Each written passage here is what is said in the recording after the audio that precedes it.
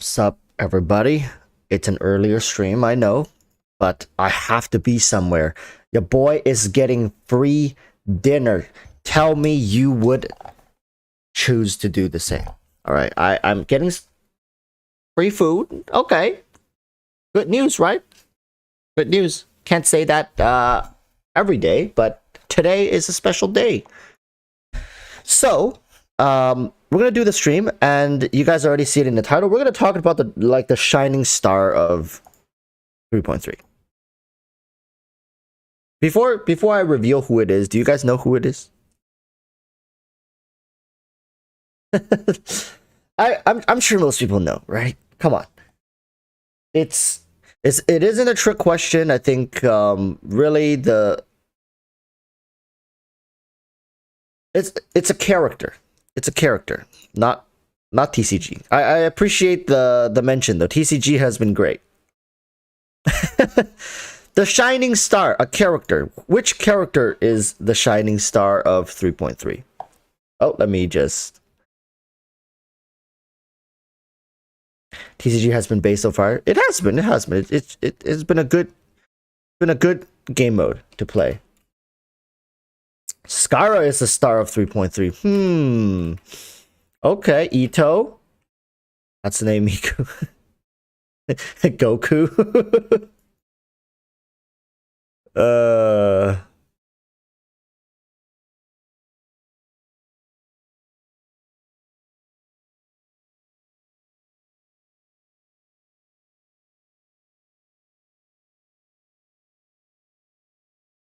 Madam Ping. All right, let's reveal it. Is it this man? Chat? Is this the shining star of 3.3? Or is it this man? Or is it her? I gotta say, people, you know, when it comes to innovation, HoYoverse has really been able to reinvent how the wallet works. I always used to think that my wallet belonged to me, but no, not quite. That's not quite how my wallet works. You see, my wallet is just being held onto by me temporarily for HoYoverse. HoYoverse has managed to reinvent the purpose of the personal wallet. They seem to have some sort of control over it because these 4-star characters are getting more and more aggressive, more and more, I guess, important in certain compositions. It's I don't think it's, I mean, it's doable if people want to argue the viability of playing Wanderer without Fadozan. It's doable. It's of course doable. Replace Fadozan with, in this case, they have Zhongli and Bennett. You can replace Fadozan with maybe Albedo, maybe Yalan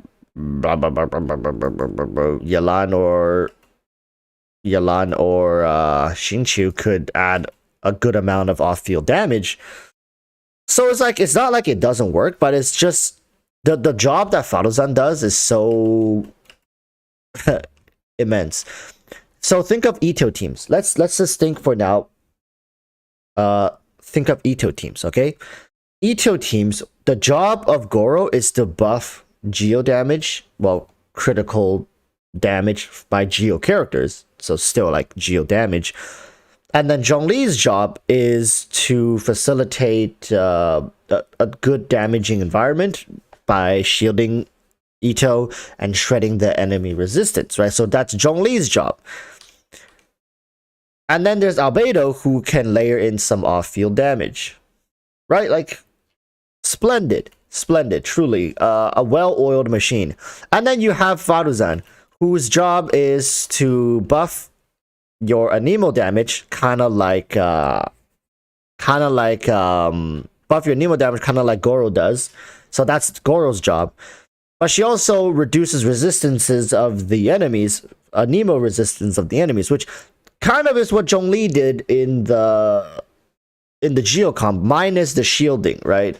So already she's taking up 2 characters' job. Remember, she's already taking up 2 characters' job at C0. 2! What the hell? A 4-star character is already this powerful just at C0. That's like base. That's just her kit without any BS constellations and stuff. And then when you start getting constellations, she starts taking over the job of 3 characters. Once you get her up in constellation, she is literally 3 characters built into one. You don't see this very often, even in 5 stars.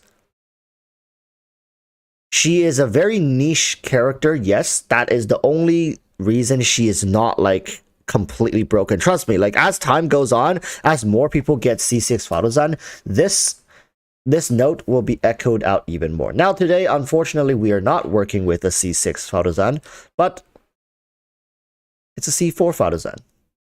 You know, right? The vortex created by pressure collapse will restore energy to Fadozan based on the number of opponents hit. If it is 1 opponent, it will restore 2 energies for Fadozan. Each additional opponent hit will restore 0.5 more energy for Fadozan. A maximum of 4 energy can be restored to her per vortex. It's also a battery. What is her role? She is a buffer, debuffer, and CC unit, essentially at max constellations, and maybe like a battery. She's a battery. She's a battery, buffer, debuffer, CC for Anemo comps.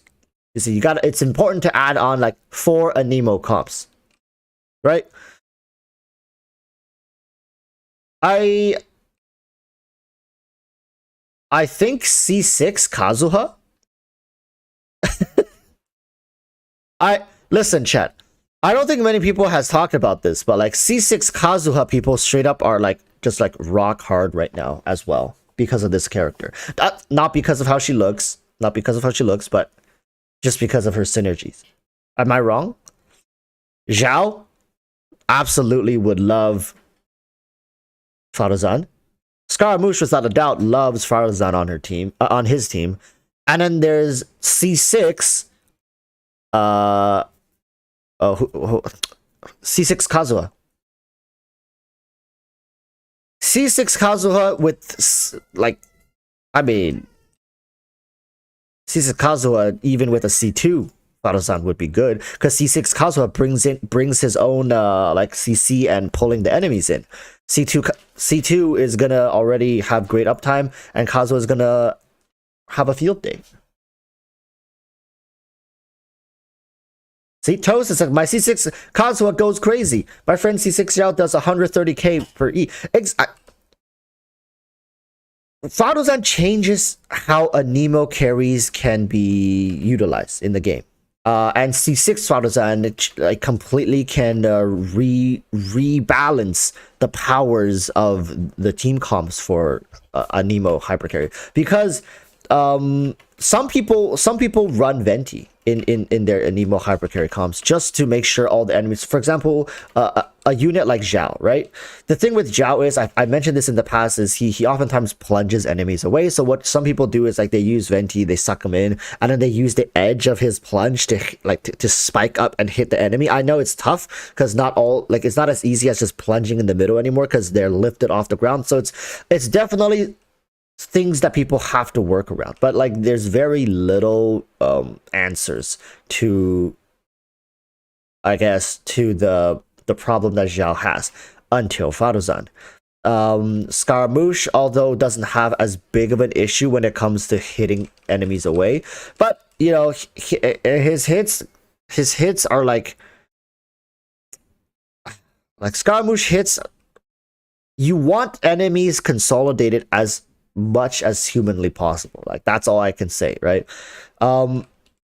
In certain weird comps, I don't know, like I haven't tested this, but C6 Faruzan, what about in Morgana comps? Because if you have a C6 Faruzan, you have Venti using his burst with Faruzan using her burst, and then you have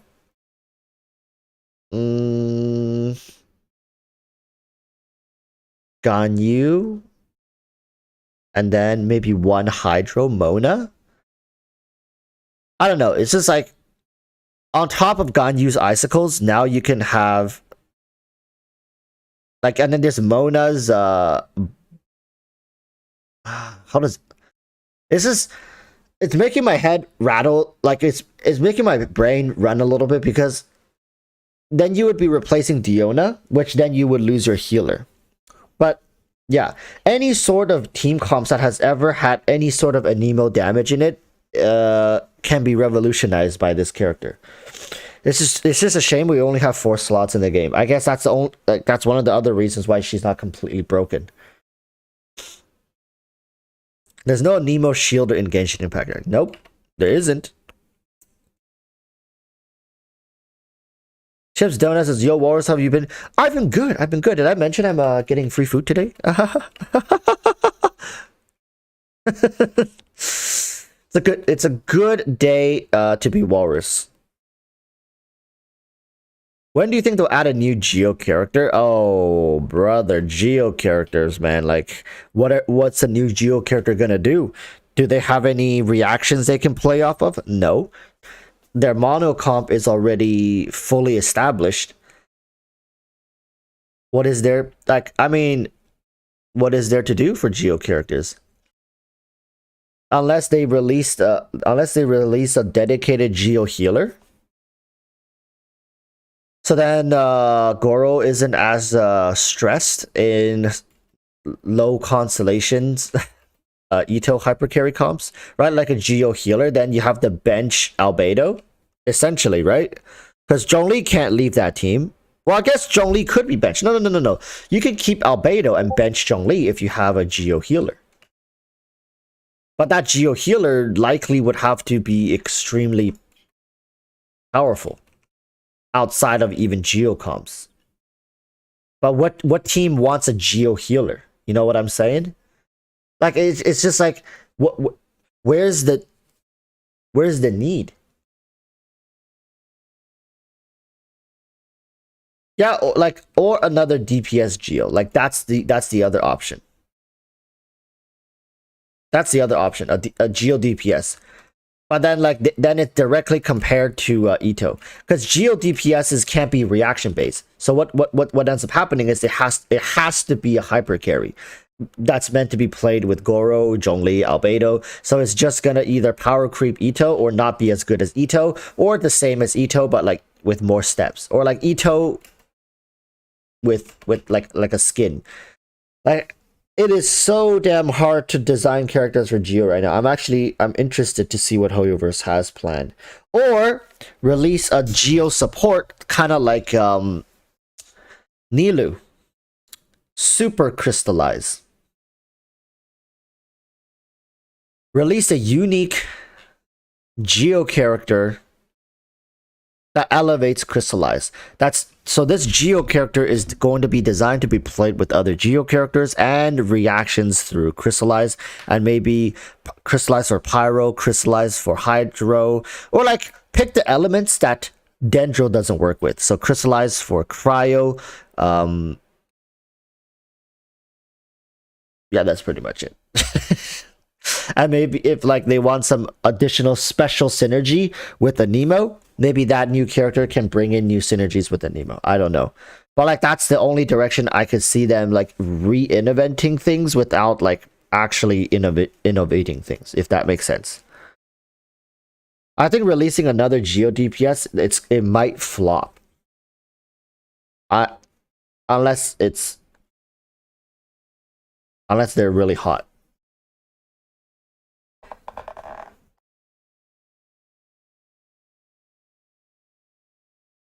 The best Geo team is basically Ito, Goro, Albedo, and Zhongli. Don't like it too bad. Here are the new Dendro characters. Yeah, I think it's an active decision that they left Geo out of the whole new Dendro thing. Maybe they got something in the works for Geo.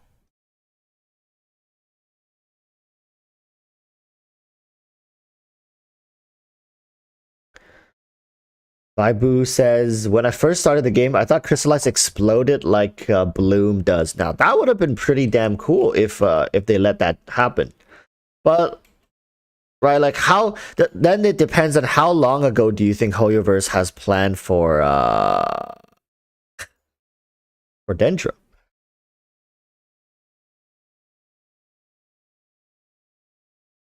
Because if they had Dendro plan way back. If you think they had a Dendro plan way back in the day, maybe that's why they never gave Crystallites any sort of these additional stuff. And it just makes me wonder, the more we get into Fontaine, are they ever going to, like, we already passed the Geo region. The Nemo and Geo region were like here in patch 1.0, and the archons were released so damn early in the game that I don't know if they'll ever flesh out the playstyle. Maybe Geo is just gonna be that like weak support. But the one saving grace for Geo is they have a universal character in Zhongli. Like that's it. If you get Zhongli to C6, not only do you not need like any healers in the team, but like Zhongli essentially becomes a healer, which makes it a lot easier to pilot. I mean, I'm talking about like years from now when even free to play is probably like we've seen Zhongli banner come and gone like 20 times already. So it's not crazy to say some free-to-plays have decided to invest into a C6 Zhongli. I wouldn't say C6 Zhongli is like the best investment in the game because the game isn't focused around defense play, but for people who want a solid debuffer with no hassle, C6 Zhongli is decent. But like I said, it's hard to justify it. I can see it. I can see people wanting it and going for it, but it's just hard to justify it among some of the other C6s available in the game. But then the other thing is like DPS C6s seems to get power creeped. Like I don't know what they did with Yalan. Like I know I keep bringing this up, but like why did they make her C6 so strong? Didn't really make much sense. It's not like the game needed it. It's not like people, I mean, maybe some people C6 Yalan because of how strong she was, but I didn't see a reason for why they needed to make her C6 head and shoulders above other DPS characters.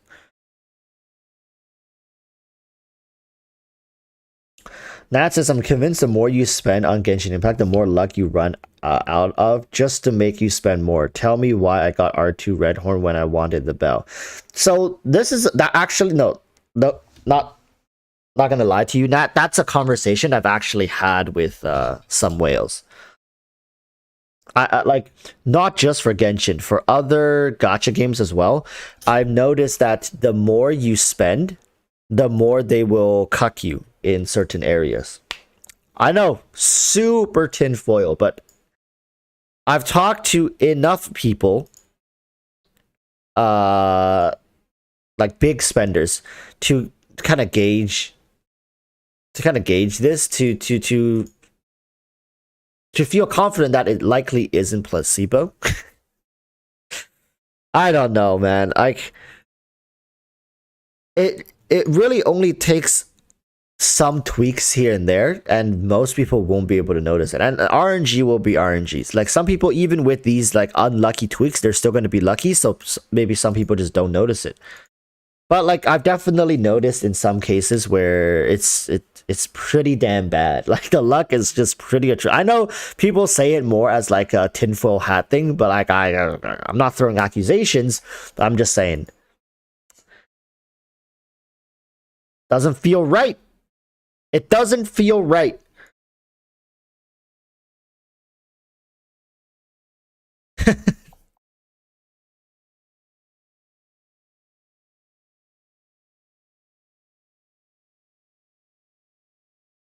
Let's see what people are saying. Okay, Scaramouche is probably one of the best fun characters in a while. Well, okay, here's the thing. Scaramouche has felt very polarized. Like his role in the game has felt very polarized. Some people say like he feels like he could be a lot more fun had they just loosened up a bit with some of the criterias. Other people say he's the best character ever released to date at C0. You know, like both of these people can't be right. Like it just doesn't for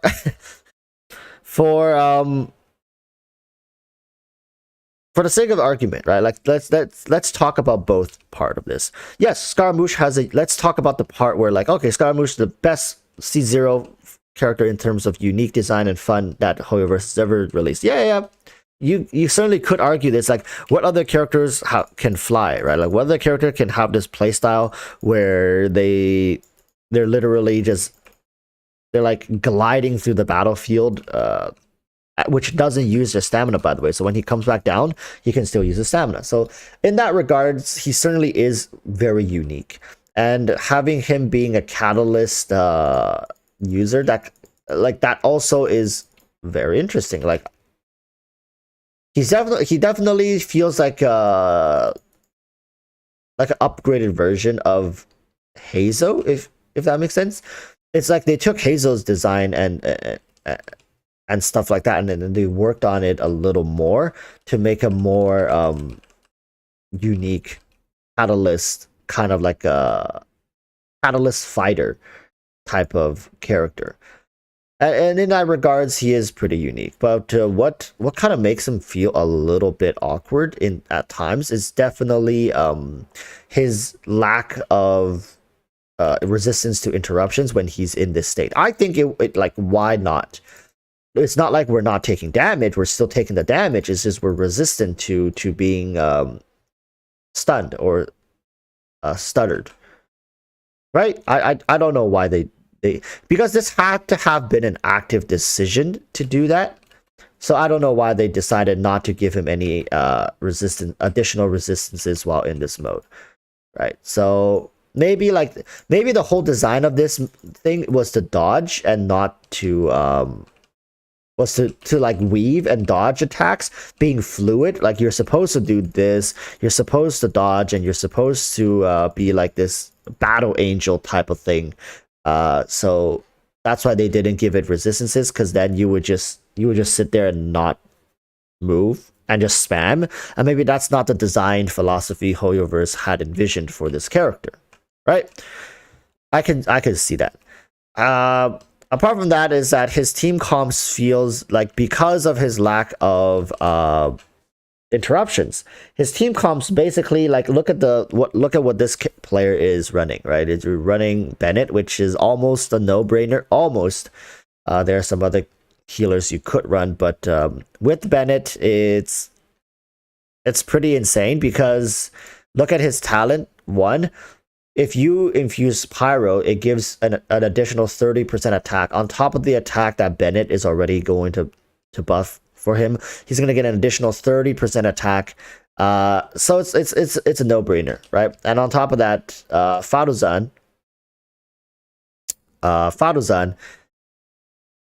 with C2 has an 18-second uptime for Anemo buffing and enemy debuffing, so that's crazy. And then you have and then you bring Zhongli's shield, which lasts for a total of 20 seconds. So Zhongli's shield and Fadozan's burst are on. Wait, and Fadozan's burst are on the same CD. They're both 20 seconds. So it's like, you essentially, because HoYoverse refused to give him interruption in his elemental skill, now, like, for people who want to have an easier time, you basically have to run Zhongli. And it's not like Zhongli is here just for shielding, right? Zhongli's burst petrifies the enemies, can stun them, so it makes it so that it's much easier to land and suck all the enemies together with Fadozan's skill. On top of that, Zhongli's, like I said, his shield has a 20-second CD, but also reduces enemy resistances. All enemy resistances, right? But in this case, it's just useful in the Anemo category. So then Fadozan's burst is shredding Anemo resistance. So Anemo resistance is reduced by 50% if you run Fadozan and Zhongli at the same time. 50%. That is a little bit better than what most elemental comps are running with Viridescence, because Viridescence is 40%.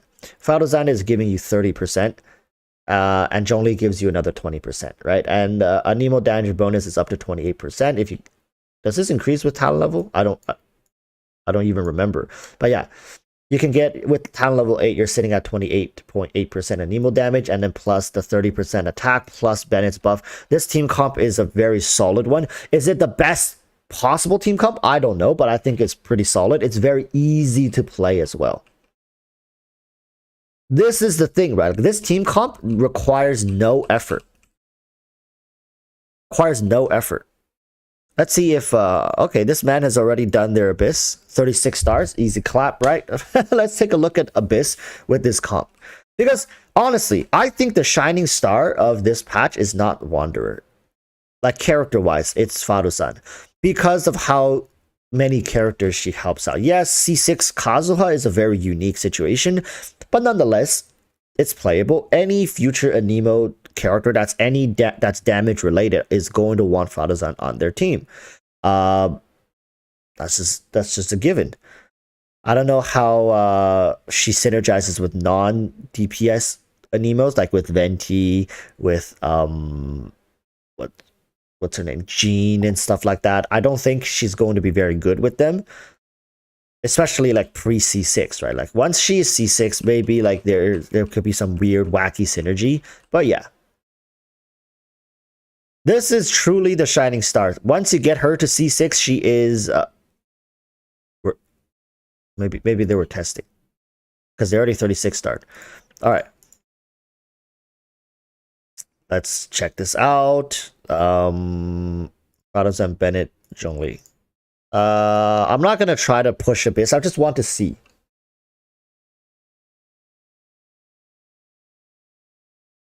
Okay, elemental mastery.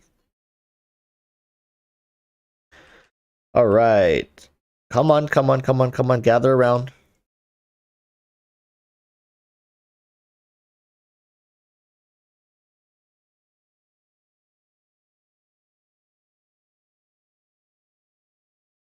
Look at that. Look at that. 25k, like is it amazing damage? No, it's not amazing damage. Like, is it like revolutionary damage? No. But it's decent damage. It's good damage. Like, it's good damage. And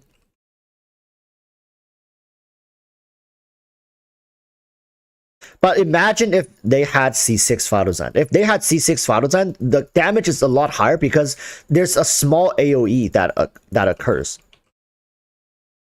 Right? It's oh boy, this is getting a little dicey for Bennett and Zhongli.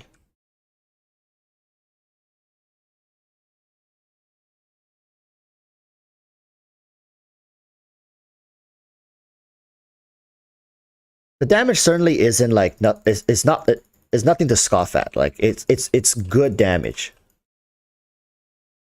But what I think like so much of this is coming from the buffs, right? Like the team is making sure that all the buffs are in place for Scaramouche to be able to dish out this kind of damage. Once all the buffs go away, he's doing like kind of like half the damage. So like half of his damage is coming from the buffs that his team provides, which like sure. That's like a lot of characters have to deal with this. But I'm just saying like maybe Scaramouche leans a little bit too much on his team.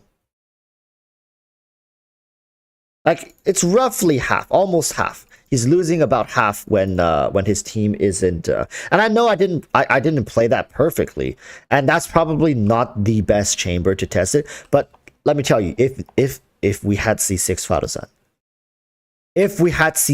Faruzan, it would make this clear a lot cleaner, a lot easier. Like 25 to 30k damage is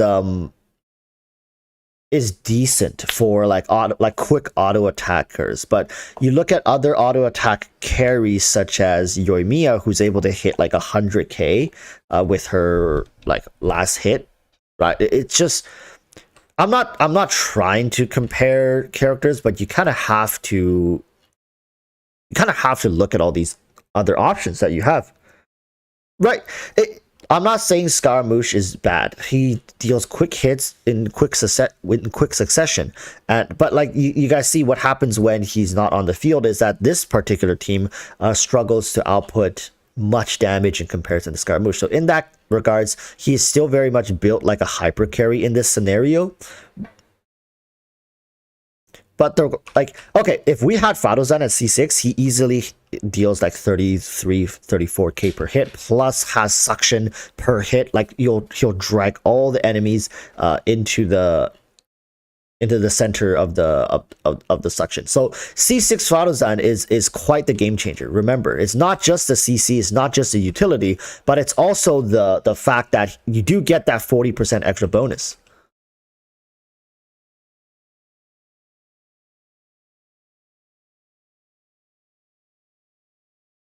Like right now, you see the mobs are kind of scattered, and he kind of like he does have some levels of AoE. I feel like he does. At least I feel like he does. It would. I think this whole group would be dead if he had C6 Faruzan, right? Like that's a big difference. Oh my goodness. To get that pyro swirl going. And another thing is, if you rise up too much, he actually doesn't, he actually can't hit mobs that are beneath him.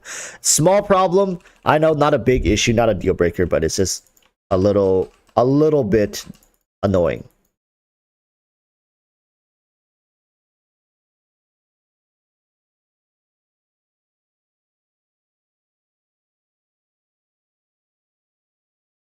His talent 2 passive is also really good. I wasn't utilizing it earlier in the last fight because I was just like working out the rotations, but his talent 2 is also incredibly strong if you want to layer more DPS.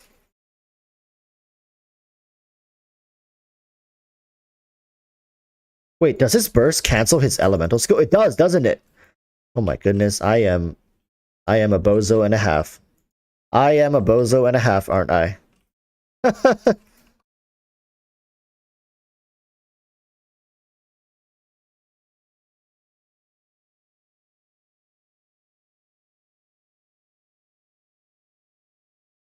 Utilizing the dashes to activate his, what the hell am I doing? Utilizing his dashes to activate his second talent is good, but like it doesn't do enough damage. I feel like if it did, maybe I don't know, 50% more damage. I start with burst or I end with burst. I don't know. His talent 2 feels like it needs a little bit more damage for it to feel impactful. It's doing about, like, I don't know, like how many hits? 4, 5 hits. It's doing like 10k damage. It's like a third of his. It's like doing a third of his auto attack damage per dash.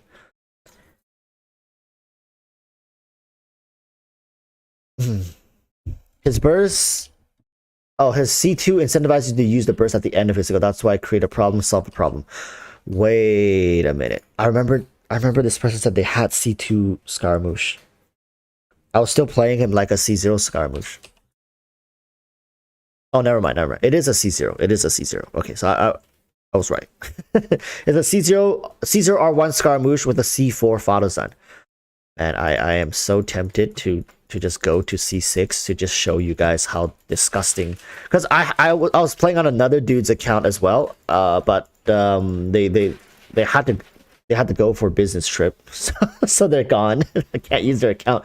But yeah, I got to test a C2 and C6 Photozan with a C2 Scaramouche, and it is a big ass difference, people. Like, I don't know, like when I say, like, source, trust me, bro, but it truly is a big ass difference.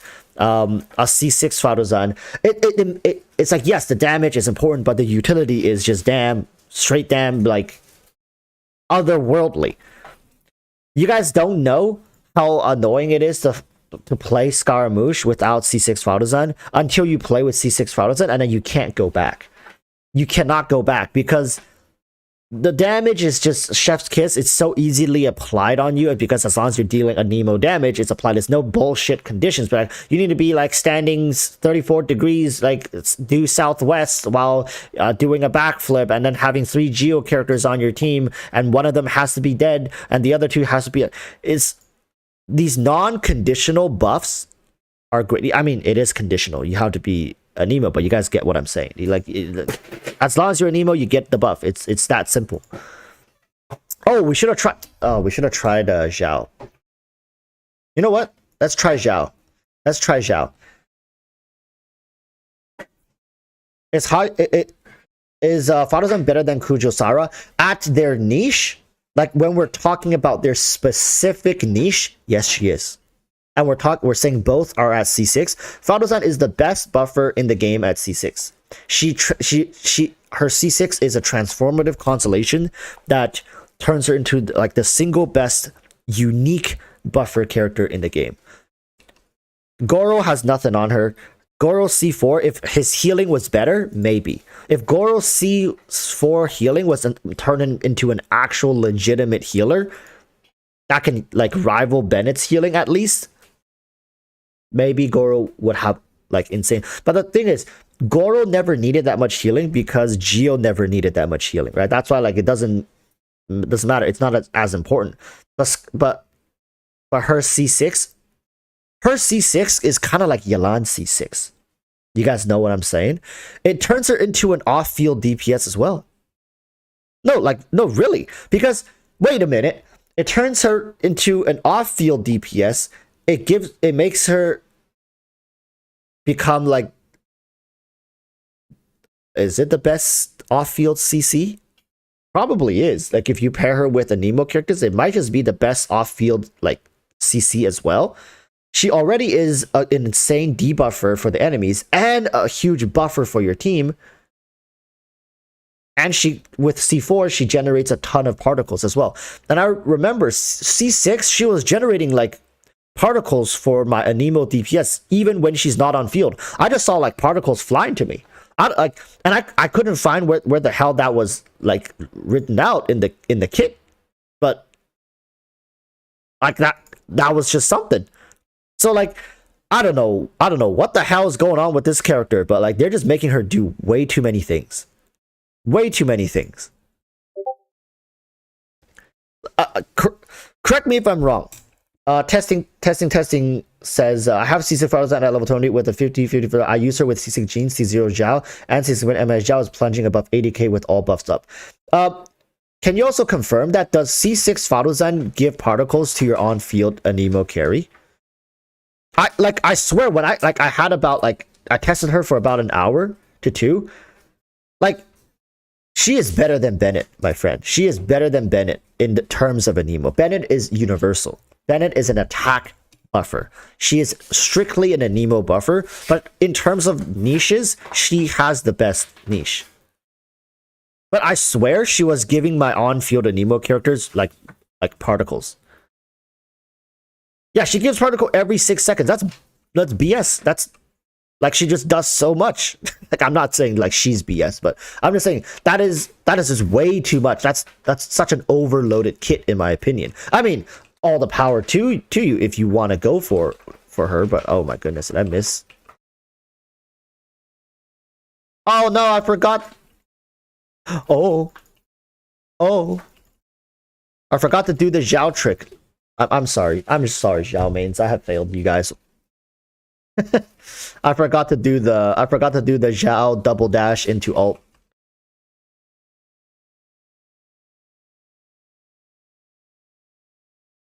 Boom shakalaka. Repent. Wait. Oh, what the hell is this damage? This feels stronger than Scaramouche. This actually feels better. This actually feels better than Scaramouche. I feel bad for Scaramouche, man. I feel bad for these recent carries that are like, how are you supposed to compete with something like this? Once Faruzan hits C6, like this might just be like easier to deal with, you know? Like look at this. Like what am I? I'm not even doing any animation cancels, and Zhao has animation cancels that you can do to increase his DPS. Like I'm just saying.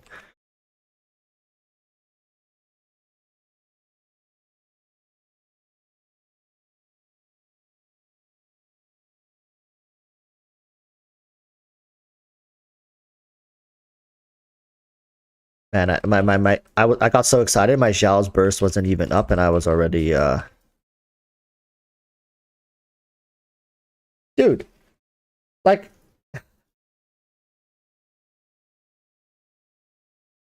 I don't know. I don't know, man. It felt, was this man's Zhao on that man's Zhao was C0. I don't know. Chat, tell me, did the Scaramouche team look stronger or did the Zhao team look stronger? I I can say wholeheartedly playing both of them just now. What does he have? Okay, he has his signature weapon. I was like, damn, this boy did not just like smack Scaramouche's booty cheeks with a free to play weapon. Oh man, I forgot again. I'm sorry. I'm sorry. I'm sorry. I'm sorry, Xiao Mains. Just look away at this point. Like I'm not even playing him optimally. Like let's be honest here. I'm just spamming a key. Oh, that's that. Like even within one burst cycle, we got one wave and a half, a wave and a half of damage.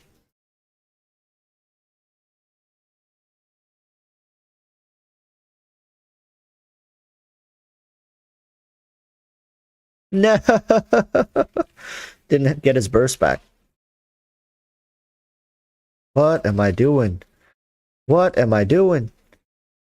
Okay, okay, the big boys are out. All right, E, Alt. I think I messed that up. Yeah, I messed that up. I already ate the particles.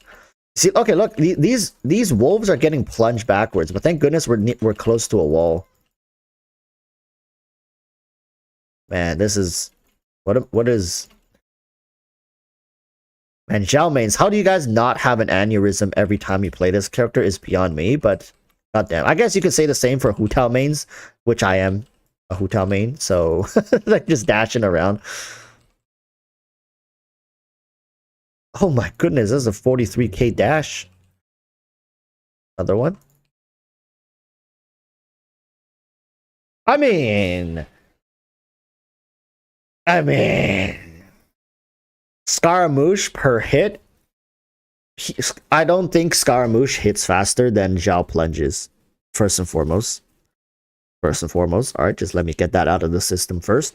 I don't think Scaramouche hits faster than Zhao plunges. In fact, I think Zhao plunges, if cancelled perfectly, should rival Scaramouche's attack. And that's with Scaramouche running his bell. All right, let's take a look at stats. Scaramouche is 69.3, 220 with 122 energy recharge, which is fine, absolutely fine. What artifact is this man running? Okay, that's fair. Scaramouche did not have his signature artifact yet. That makes sense. What is Zhao running? Neither does Zhao. Neither does Zhao, my man. Wait a minute. Zhao has been running with no artifact set for almost 2 years now. So I guess we're on even playing fields here. Neither was Zhao. Okay. I see. But like, this man was hitting around 26k per auto attack, and that is single target. That I mentioned, mostly single target. I would say 80% of the time, this man was hitting for 26k single target. 80% of the time, maybe like 90% of the time, this man was plunging for around 60k, maybe a little more, sometimes a little less, depending on if the buffs ran out. Was plunging for 60k AoE. A little more than double this guy's damage. I don't know. I think to make Scaramouche work, we're gonna have to revamp the team to make Scaramouche, like, to synergize with Scaramouche. I think Scaramouche, okay, personally, I feel like Scaramouche needs some help.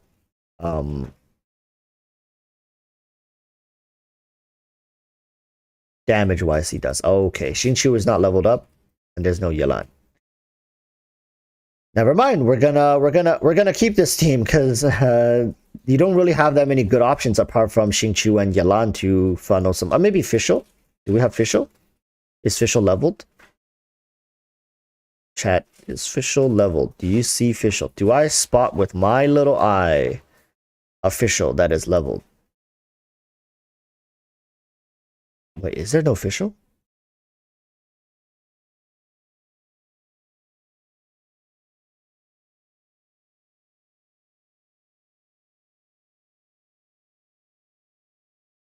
Oh, here she is. She had a skin on, but she's not leveled. So, well, that's just that. And Yunjin Uh, would would dropping Zhongli and bringing in Yunjin be better? Maybe. Like if you want more damage, this could be more damage, right? Bench, is this your account? Bench, this is your account, right? I'm not sure if this is your account. I'm pretty sure this is. Is it?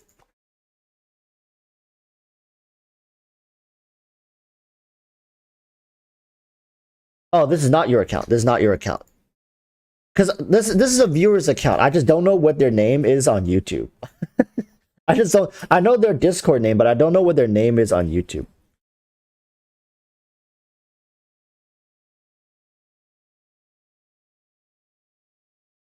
Hey Walrus, have you tried to do the 13 charge attack animation cancel with bro? Did you see the team I was like we was running him in? Like, does it look like we? Look at this team.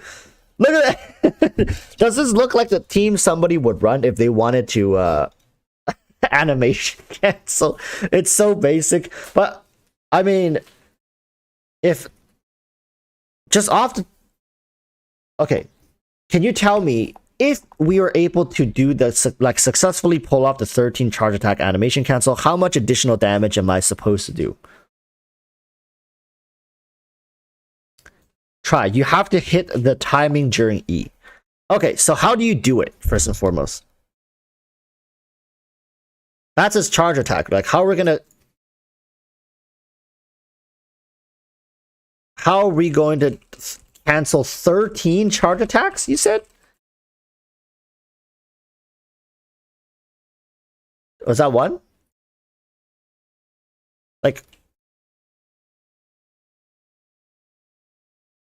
just before the animation ends, buffer the next. Oh, okay, so in his E, 13.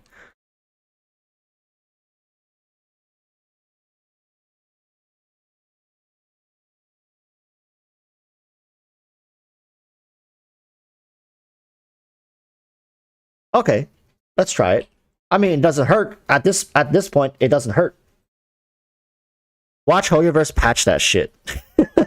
It's like next patch, we have noticed an abnormal speed in which Scaramouche was using his charge attack in his elemental state. So we made sure we patched that out of the game. Oh, you discovered it alone, so like other people don't know this. Cool. Let's see it. All right. Come on, get petrified. Boom. Petrified.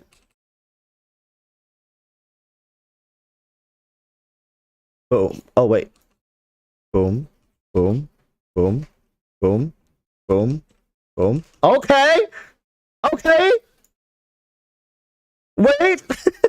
Wait a minute. This changes everything.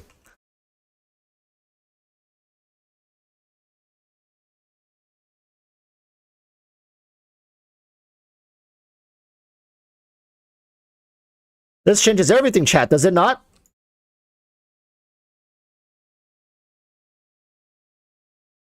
Wait, who's using auto attacks to play Scaramouche nowadays, bro? I mean, sucks to be an auto attack player. What the hell is this? What am I?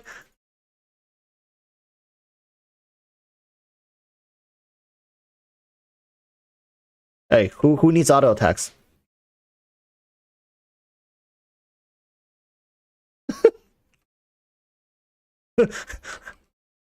Couldn't be me. I never once used auto attacks to play this character. I'm just saying. What is this? What am I looking at, chat?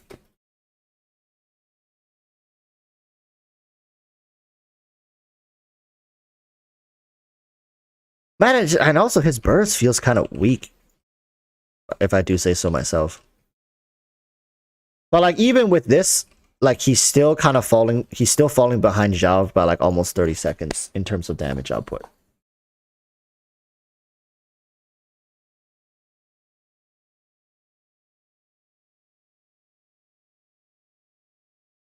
I mean, it was cool and all. It was cool and all. But Zhao was still faster. That's just Zhao with extra steps, my man. Let's try it again. I think with C6, I think C6 Fadozan benefits Wanderer more than it does Zhao. Yes, it does help Zhao, but I think Wanderer makes better use of like her C6, both of her C6s, as opposed to Zhao.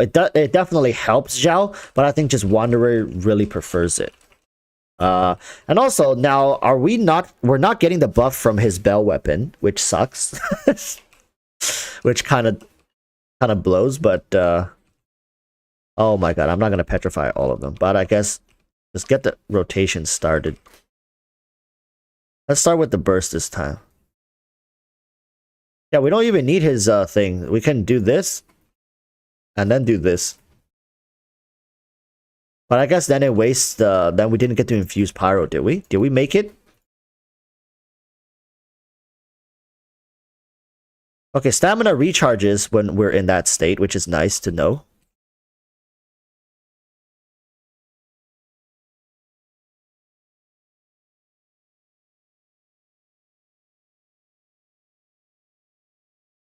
I don't know. It's certainly strong, and it's faster, and it's dealing more damage. Well, it's not dealing more damage.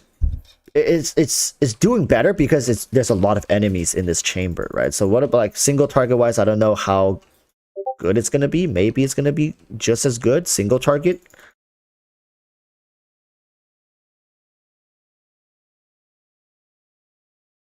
But like, look now, like this feels more DPS. Like against one enemy, this definitely feels like more damage. Just auto attacking. When there were the groups of enemies, it made sense to ooh.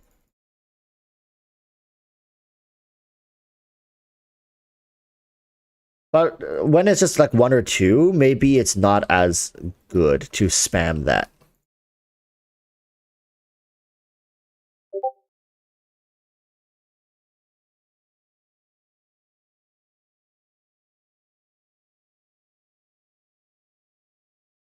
I don't know. He doesn't hit very hard. Like that's the thing. Like he's doing all this cool stuff and all, but like he's just not hitting very hard.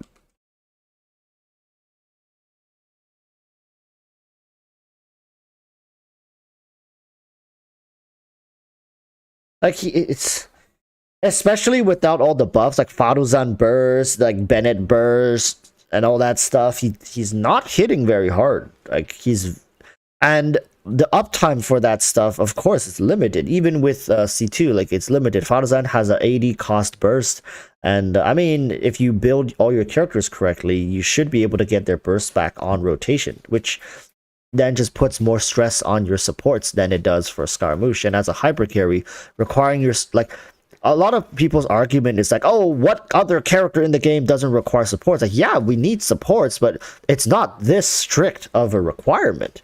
For example, people would say like, oh, but Hu Tao needs Xingqiu. Yeah, but Xingqiu just needs to like burst. And Xingqiu with like Sack Sword, like if you don't want to run Favonius and have a much more strenuous requirement onto his stats, you can just run Sack Sword and run any like energy recharge. You can run any energy recharge sands with like crappy substats, and Hu Tao is still going to like slap the shit out of the enemy. Hu Tao doesn't need Xingqiu to be as cracked as Wanderer needs Fadozan to be as cracked. Does that make sense? Right? It's basically saying like you can get away with a C0 Xingqiu and Hu Tao can still crit for 100k plus. So like, but like, can you like how much do you? I feel like Hu Tao's one infusion, one charge attack in her infusion is dealing close to what Scaramouche is doing for his entire infusion. And that's already with a Fadozan at C4. And that's just with one charge attack from Hu Tao, like 135k charge attack. Like I mean, I'm exaggerating a little bit. I think Wanderer is doing like two of Hu Tao's charge attacks, which sounds like kind of like an underhanded compliment, but Hu Tao can do up to 8 charge attacks This man is doing 20 with one infusion with his dedicated buffer. He is doing about 25% of Hu Tao's one infusion window, and with all his like gimmick and his dashes and his like plunge at the end, like this man is. But like once Fadozan gets to I think C6, suddenly Wanderer is able to scale up a lot better, right? That's the catch. That's the catch. If you don't have that C6 Fadozan, you're losing out on 40% crit damage, which is huge, and you're losing out on the ability to group enemies. And through her collapse, what's the thing called? Through the pressurized collapse, she also does off-field damage. So her damage piled with Wanderer's damage, combined with her 40% critical damage buff, combined with now Wanderer is able to kind of actually utilize this very small AoEs and stuff to hit multiple enemies. All that damage should scale up, then he can start rivaling some of the best DPSs in the game in certain scenarios. It's NX, check Discord, Walrus. Not normal attack G is his best combo. NA charge attack, normal attack, charge attack is his best combo with that team. Yeah. Like we're just trying out some other stuff. I understand. NX, are you interested in going for a C6 C6 Fadozan? Are you planning to go for a C6 Fadozan? Like eventually, I'm guessing. Zimut Mara says, I hate C6 Fadozan gatekeeping. It is such a dirty move. But once you get C6 Fadozan, this character comes to life, baby. Like I'm telling you guys, like C6 Fadozan makes this man feel like a demigod, like he should be. Wanderer, I thought Wanderer was gonna be good like Tartaglia. Guess I was wrong. No, he's not like Tartaglia. No.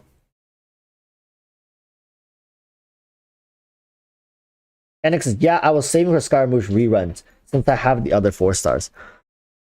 Let's see how close you are to Oh, you did pulled on this banner. Oh. Yeah, you're gonna have to save for the rerun. Unless you get 2 Fadozans in one temple. Maybe. But yeah, your Scaramouche is gonna get a huge power up once Fadozan reruns. But NX, have you tested Zhao with Fadozan? I'm sure you have, because you have the man.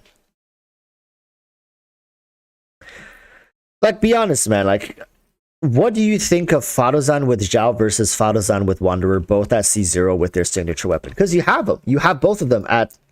Maybe Zhao had higher talents, 10-10-10. 8-10-7. Yeah, so Zhao has like higher talents. That also makes sense. So if we were able to boost up talents a little bit more, like if you got his normal attacks to talent level 10, I think, yeah, like it wouldn't be as big of a difference.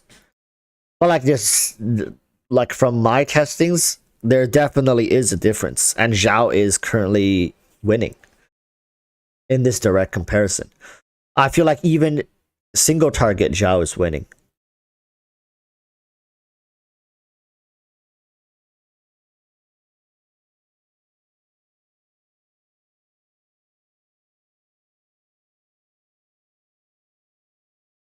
Fadozan feels too hard to get. Took me 90 pulls just for C0 while it took only 30 pulls to get 2 5 stars. I don't currently want to get Wanderer Con, so I'm stuck with Fadozan C0. Me too.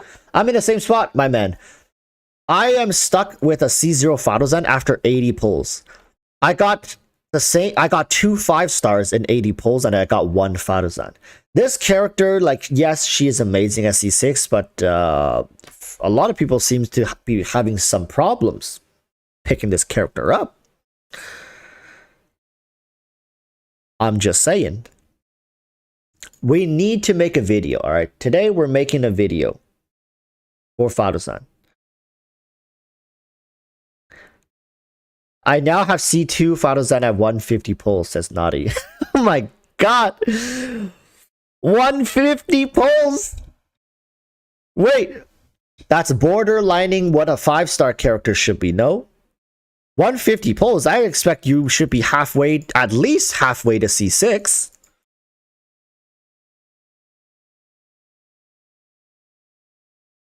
Damn, that's crazy. I mean, I'm 80 pulls at C0, so mathematically, at 160 pulls, I'll be at C1. What the fuck?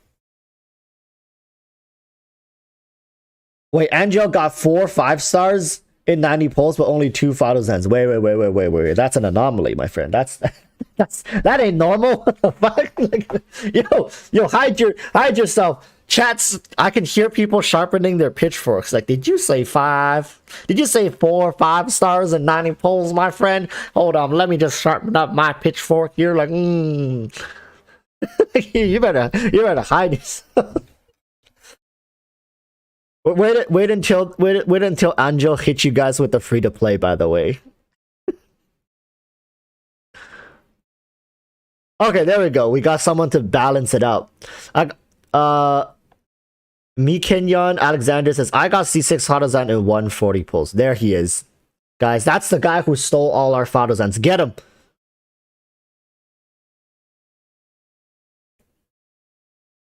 I should just screenshot Tignari. This man got a Tignari, got a Wanderer, got a Kaching, got a Wanderer. Arguably 4 of like the 2 off-banner characters this person got. It's like arguably the better. I mean, some people would say like Jean is better than Kaching. Bullshit. Kaching is better than Jean, especially now. All right, I'll fight you guys for that. Jean is strong, don't get me wrong, but in my opinion, right now the off-banner character goes like this. Tignari is probably the best one to get, followed by Kaching, followed by Jean, followed by Mona, followed by Chi-Chi, followed by Diluc, and then Chi-Chi. I still think Chi-Chi is probably the worst one to get. Tell me your off-banner tier list. Who do you think, ranking from best to worst? To me, like, I'll repeat it again. It's Tignari is the best off-banner you can get, and then Kaching, and then Jean, and then Mona, and then Diluc, and then Chi-Chi. That's my list. And Angel got 2 of the best. Got a Tignari. I haven't gotten a freaking Tignari. I was hoping to get a Tignari this time when I didn't get Scaramouche, but I got a Diluc. I got a Diluc. Oh, this man C3 Diluc. Oh.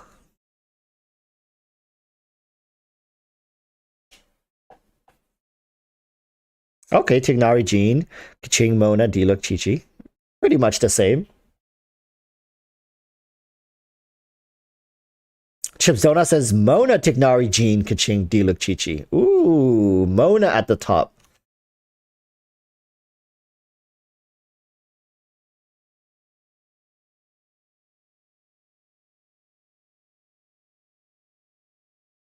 Tignari, Jean, Kaching, Mona, Diluc, Chi-Chi. Yeah. I see a lot of people value Jean more than Kaching. I don't know. I think Kaching is better than Jean nowadays, especially if you have Nahida. I just think she's in she has some really solid comps nowadays, thanks to Dendro.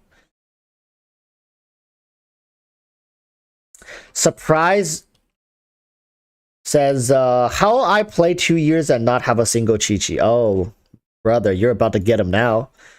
Rule number 1 of not getting Chi-Chis is to don't brag about the fact that you haven't gotten Chi-Chi. Well, I know you're not bragging, but like, don't talk about the fact that you don't have Chi-Chis. The more you talk about, hey, I've never gotten Chi-Chi, the more the Chi-Chis are gonna swarm you. You're gonna be coming here next time, be like, bro, I can't stop getting Chi-Chis. Every 20 pulls, it's a Chi-Chi. Yeah. He's been avoiding the Chi-Chi tax. Yeah, bro, you haven't paid your Chi-Chi taxes, have you? In 2 years, you've never paid Chi-Chi taxes. You're overdue. You're way overdue for some Chi-Chi tax. With interest, by the way.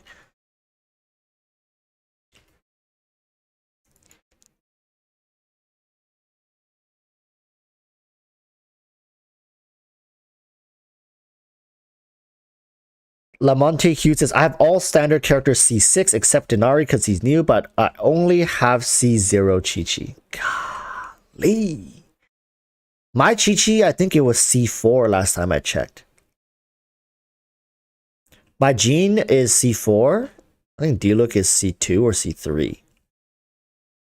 Kaching is C5. I need one Kaching to C6er. I've been wanting to C6 Kaching so damn bad, but the last copy just isn't coming. So I gotta keep pulling for banners and hoping that my off banner is Kaching.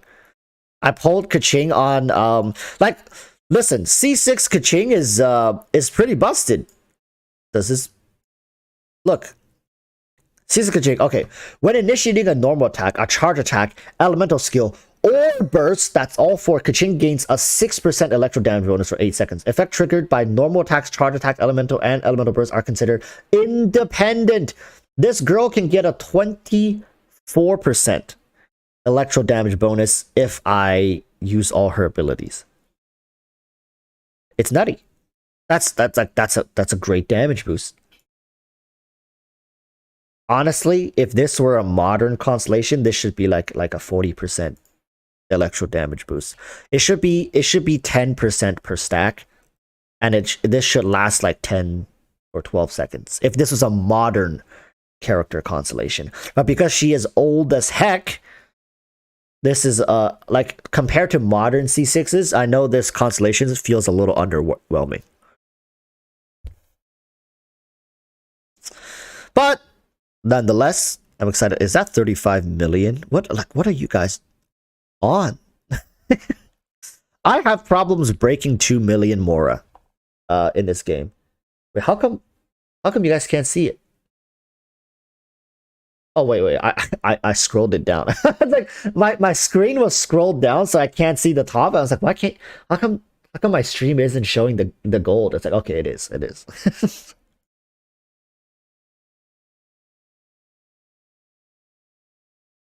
Road Dots is for me. I have 13 million more. God damn, you guys are crazy. I don't know. I guess like when there's downtime, you guys just farm the ley lines, don't you? Like that's what you guys do. You just dump all your stuff into the ley lines when you guys have nothing to do. Crazy people, crazy. You guys are crazy.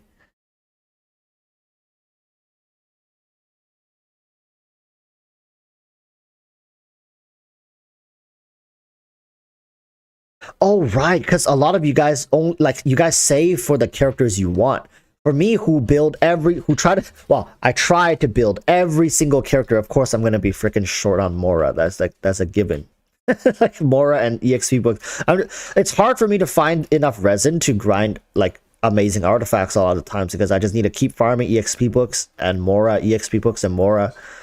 And people ask me like, Walrus, why don't you level 90 all your characters? I can't, man. I can't. I wish I could level 90 every single one of them. Maybe if Hoyoverse drops a patch with no new characters, maybe I can like level 90 like 3 characters because I don't resin refill. Would you get C6 Hu Tao? Apparently she said no. I would not touch Hu Tao past C1, my friend. No. I would spend all that money and probably put it into Staff of Homa refinements if I had the choice. No, under no circumstances will I ever go past C1 for Hu Tao. No. Like, I'm not saying she's bad. Like, there are definitely worse C6s in the game, but I'm just saying Hu Tao is she peaks so early. She is such a good character at low constellation that the more you invest into Hu Tao's constellation, the less yield you have for her. Do you understand what I mean? Like, she's so good. She's like, when it comes to input versus output, she is really high because you almost have no input. It's very low input. But the more input you put into her, then her value starts to drop because you put so much into her when you could have put that into something else into the game. What the hell is going on? What is this bulldozer? No. What are you doing? My God, like Jabba just like ran into the cat's litter boxes. Thank goodness, no, like one of the cats weren't in there. Like, holy! I would only pull Hu Tao if you're going all the way for C0. Just put that money on Yelan cons. Exactly, my man. Put that money on Yelan Constellations and watch that woman work her magic. Okay. C6s in the game off the top of my head, all right? C6s in the game that are actually worth investing into. Yelan. I think right now, currently, Yelan is the best C6 you could invest into. Apart from Yelan, other transformative C6s, Ganyu C6 is very transformative. Even till this day, I see some speedrunners still running Ganyu. Like, that should tell you everything you need to know. If speedrunners, people who are dropping like tens of thousands of dollars on this game, are still running this woman at C6, even though till this day, even though C6 Yelan is like is a thing, a ton of other C6s come out. Some people would say C6 Ayaka is really good. Like, yeah, C6 Ayaka is good. I mean, C4 Ayaka is already pretty damn good. But C6 Ganyu is such a transformative character because she instant fires her charge shot, right? Twice. So absolutely busted ass character. C6 Ganyu and C6 Yelan. Who else at C6 is even worth like hyper investing into? I would only invest into like maybe Ayaka once you get C6 Ganyu. I think Yelan, Ganyu, Ayaka, these are all really, really good. Not Eula because she's too awkward to play. That's really just it. Like when it comes to like amazing C6s, maybe these three. Oh, Ito. Yeah, Ito C6. Where is Ito? Ito C6 is absolutely wait, where is he? Hello? Am I crazy? Oh, he's here. I was looking at these ones. Ito C6 is pretty damn good as well. It's a sweet, it's a sweet, juicy hunk of a man, this character is. If I have to slot him in, it's probably Yelan, Ganyu, Ito, and Ayaka. I think Ayaka at like C2, C4, she's already really solid. Her C6 is good, but it's not as important as some of these other characters. Not important, but like not as transformative. Man, this dude is just like, I don't know what the hell he's eating for breakfast for his C6 to be that disgusting, but it's just scaling. For him, it's just scaling. So Yelan, Ganyu, Ito, Ayaka. These are some of the best C6. Yoimiya is like a close fifth. Top 5, I guess you could say. Yoimiya C6 is like, it's not so good as compared to some of the other ones, but it just makes her much better. Does that make sense? It's not like, oh, her C6 is a transformative C6 that like turns her into like, but it makes her play a lot better, and like the damage is pretty insane. Like you're dishing out like like almost 200k per auto attack. Like her last hit is what I mean, not every auto attack. You're probably getting like what, 80, 90k, like close to 100k per normal auto attacks, and like it scales up to like 150 to 180k for her last shot. Pretty disgusting. All right, the damage output is just kind of whack for some of these characters.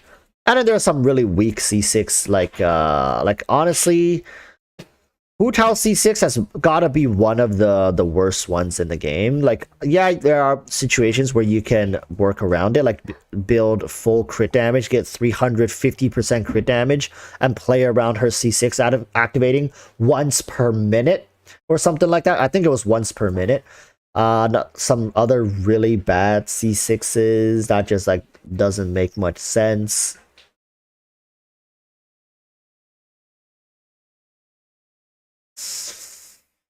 I don't know, man. Like, I feel like everything I say, people are gonna be like, no, Walrus, don't say it. It's not true. Don't hurt me like that. I gotta say, Xiao C6 is kind of weird as well. Like, not the worst, because it's just off the top of my head. Zhao C6, like, it's so situational. I don't like situational C6s. Think about it like this. If you're paying like $1,400 for to max out your characters, do you still want limitations? Like, oh yeah, your C6 doesn't work if you're fighting one enemy. Like, what the fuck, bro? Like, I paid $1,400 for this shit. It should work on one enemy, 5 enemy, no enemy. It should work when I'm not playing the game. I should be damn near able to do what the hell he's doing in real life if I'm paying $1,400 for it. Like, I never understood the concept of like situational C6 constellations. If we are paying this amount of money for your constellation, for this amount of power, it should work upside, downside, sideways, like regardless of whatever the hell's going on. Just retweak it. Just make it not as broken. Like, I don't mind. Just make sure I can get access to this power whenever I want. Zhongli C6 is also, yeah, like Zhongli C6 isn't that good because when you have Zhongli on the team, you don't need a heal anyways. You're right. Like, I think Zhongli C6 is on the weaker side, not the worst, but definitely on the weaker side. Not as important, maybe that's a better way to put it. Not weak, but just not as needed as some of the other C6.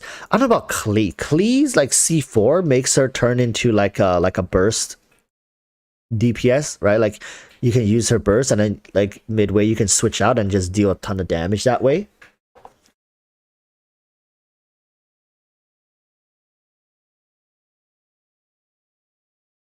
Albedo is so bad. I forgot what Albedo's C6 even was. Let's take a look. Activate party members within a solar isotoma field who are protected by a shield. Oh my god, yeah. Active party members within the solar isotoma field who are protected by a shield created by crystallized have their damage increased by 17%. 17%! Oh! Yeah, this is pretty bad. And his C4 active party members within the solar isotoma have their plunge attack damage increased by 30%. That's like, what the fuck is that? Nowadays, Albedo is pretty much replaced by Fadozan, right? Fadozan will replace Albedo in Zhao teams. Used to be Zhao, Albedo, Bennett, and Zhongli or some shit like that, but nowadays Fadozan replaces Albedo pretty much. I think she just gives more. She gives 28% anemo damage while shredding enemy anemo resistance by 30%. And once she gets a C6, it's a no-brainer. Unless you have Albedo as C4, you can maybe justify the Geo-Resonance buff plus Albedo's 30%. Right? I think Fadozan versus Albedo is like, if you have Albedo as C4, I think Albedo is still better if you're running Zhongli because you get that Geo-Resonance. But because Zhongli already gives 20% anemo resistance shred, and Albedo gives you the 30%. And this buff is permanent because his E is always going to be up. Unless you're fighting bosses. Wait. Yeah. Unless you're fighting bosses. Because bosses just looks at this freaking thing and it just like spontaneous explodes. You guys know what I'm saying? Have you guys ever... Do you guys feel the frustration when you fight bosses with geoconstructs? They literally sneeze and all your like freaking... It's like when you were like 6 years old building forts out of cushions, like couch cushions, and your parents like, hey, it's dinner time, and then they literally effortlessly just like wave their hand and your whole fort comes collapsing down and you're like inside screaming your head off like, ah! Maybe that's a little too much information for for some people. Brings back some traumas, but that's literally how I feel. I built all these geoconstructs. I got all of them on the field, and the boss just like freaking wiggle his body, and the whole like everything just breaks. Oddly specific. No, but that's literally what it is. Like, you can have your Albedo thing on the ground, you can have your Zhongli pillars, you can have your Ningguang Jade Shield, and then the boss literally just comes like one steps into, like, just steps right over them, and they all explodes. You need to place the constructs beside the bosses, otherwise they destroy them. Yeah, but like one skill, it's dead anyways. So like, it's very inconsistent. Like imagine you've got Albedo set up with Zhao. It's incredibly inconsistent because like depending on how the boss behaves, like his construct could just instantly disappear. I guess you could then replace it because his cooldown is so low. But yeah, Albedo is kind of out of commission as well. Look at that! Look at that! Look! What the fuck? Like pressurized collapse? Hello? Look at that range, bro. Look at that. Did you guys see that pull? That's like Venti E levels of range. Boom. Look at that. And imagine, I think it was like on a 3-second cooldown when she's C6 per. Yeah. You can trigger that every 3 seconds with a Nemo DPS on the field. Look, chat. Tell me this is not power creep to the face.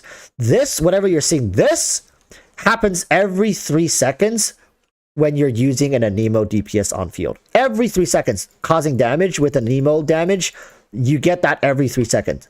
You get this every 3 seconds. What the? Okay, Hoyoverse.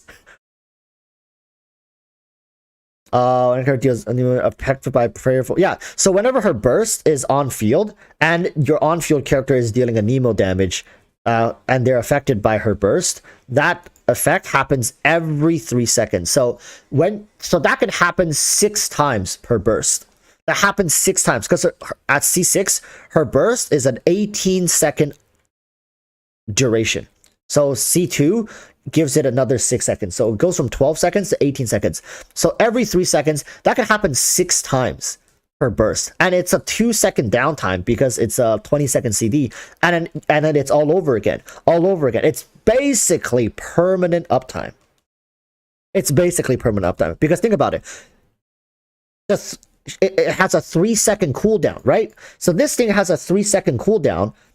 So by the time your bursts reach 18 seconds, you need to wait until the 21st second for this effect to be back up again. But her burst, actually, yeah, this is 100% uptime. Right? The math checks out because the 3-second downtime it has it overlaps with her burst skill cooldown. So this thing has 100% uptime. It's just it's pressurized collapse all day.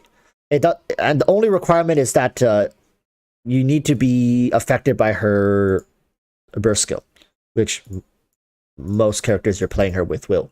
Right? So it has a 100% uptime pressurized collapse. This is disgusting, man. Like, what the hell was Hoyoverse thinking? I don't think they needed this. I'll be honest with you guys. I don't think they needed this. Like, this effect wasn't necessary in her C6. Like, you guys could speak in hindsight. No, Walrus, it's absolutely necessary. No, it's not. Like, this is not necessary. That 40% Anemo buff was good enough for her just to be her C6. People would have been happy with just the 40% crit damage buff to Anemo characters. But this, every 3 seconds with 100% uptime, was not necessary.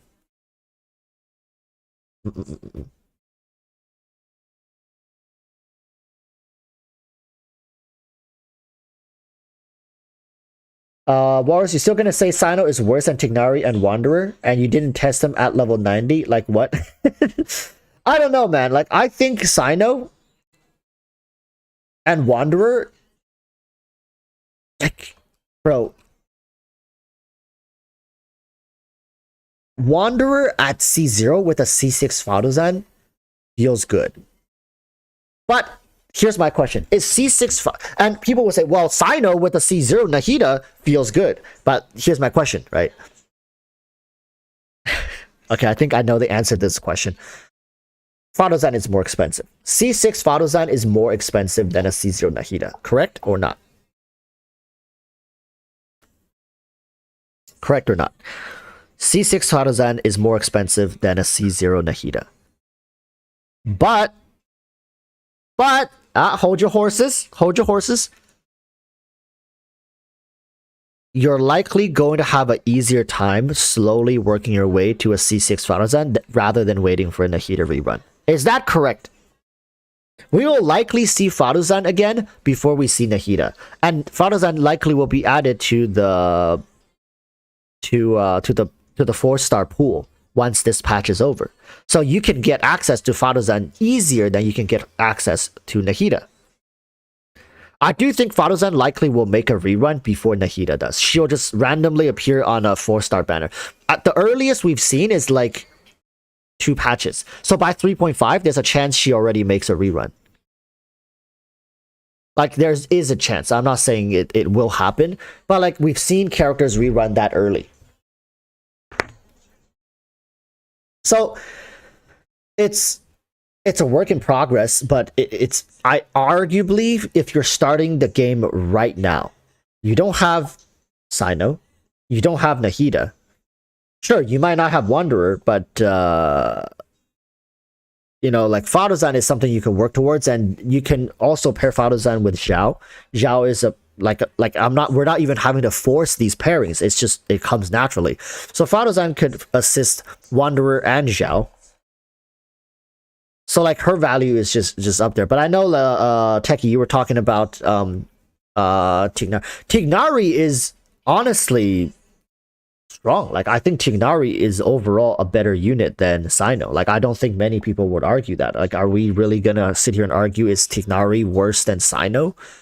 I think just synergy wise and like just options that you have available, like Tignari pairing with Fischl and stuff. Sure, like both of them like would want Nahida. Like, one of the reasons Tignari is incredibly strong nowadays is because Nahida's 250 EM like cycled back into Tignari. Like, that's pretty damn busted. But I don't think Sino is as good as Tignari. Like, I think Tignari is just easier to work with for most people. Sino is too restrictive. Maybe in an ideal situation, like if everything is ideal, you can maybe ooze more damage out of Sino. Like, I wouldn't say he's the worst 5-star character. He's definitely disappointing and difficult to make work. He's a hyper carry that requires a lot of resources, and even when he's fully built, right, it's difficult to suggest him as like the premier hyper DPS. Let's say if people, like somebody came up to me playing Genshin, it's like, you know, I just got into Genshin, I love hyper carries in games, I always just want to funnel resources into one character to make sure they shine, and like everybody else is a supporting character for that one character, right? Like, that's how I like to play the game. Would Sino be anywhere near the top of my recommendation for people? Like, same for you guys, right? If your friends, honestly, wholeheartedly, your best friend came to you playing Genshin and was like, hey, recommend me the best hyper carry in the game, would Sino pop into your head? Like, would that be one of your first recommendations to them? Surprise Dent. My friend, welcome. We don't get many new members nowadays, but hey. Welcome. Welcome. If you're in my Discord, just link your YouTube account to your Discord. You can do that under settings, and you can get a special role in the Discord channel. Thank you, my friend. Always nice to have new people here. Tignari is single target limited. At least Sino has AoE potential. He is better than Tignari.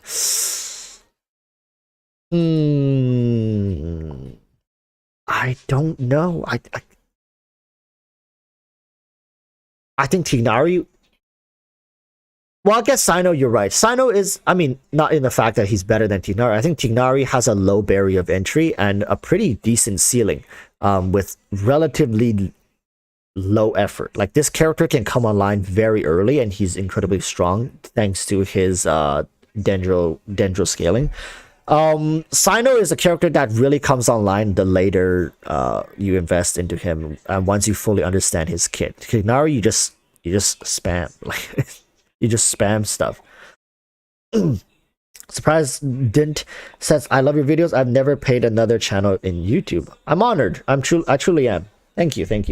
Hope you enjoy your stay here. I don't always get things right in my videos, I'll be honest, because most of my videos are just my opinions, so sometimes I get them wrong, but if you don't take them too seriously, hopefully you enjoy your stay here.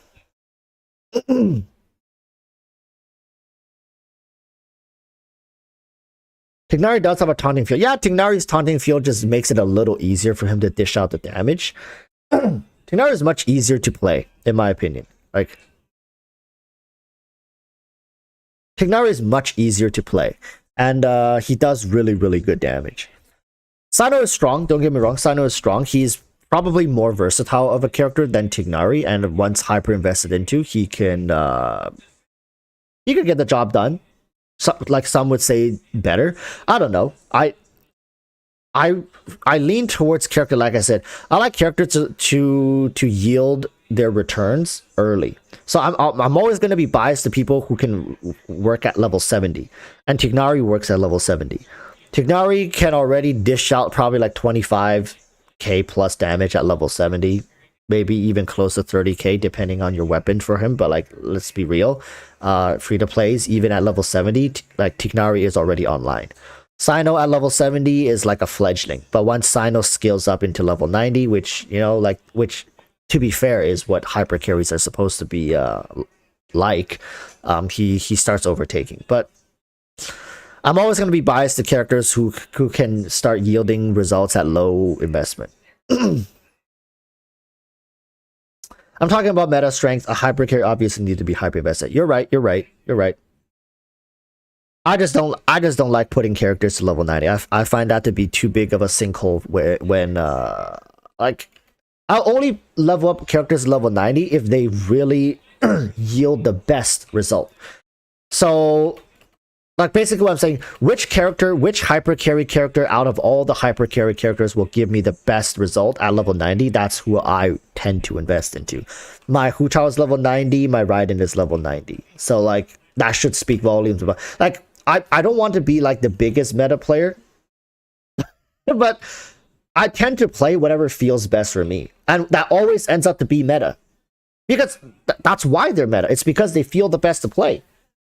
But I never really search it up. I just tested all these characters. Like, oh my god, all these other characters just don't feel that good. So I don't want to raise them anymore. Because like a level 80 Sino versus a level 90 Sino, it's not going to be night and day. There's no more, like, it's just stats. It's just raw stats. Yes, it's a little bit more, like it's more, but it's not going to be like revolutionary. You can tell when a character is strong or not, even like just at level 70, level 80. They should already tell you, oh, I'm a strong character. You know, like, I play well, I scale well, I have strong synergies.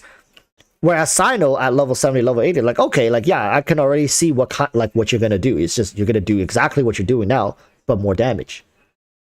Like, that's how I see it.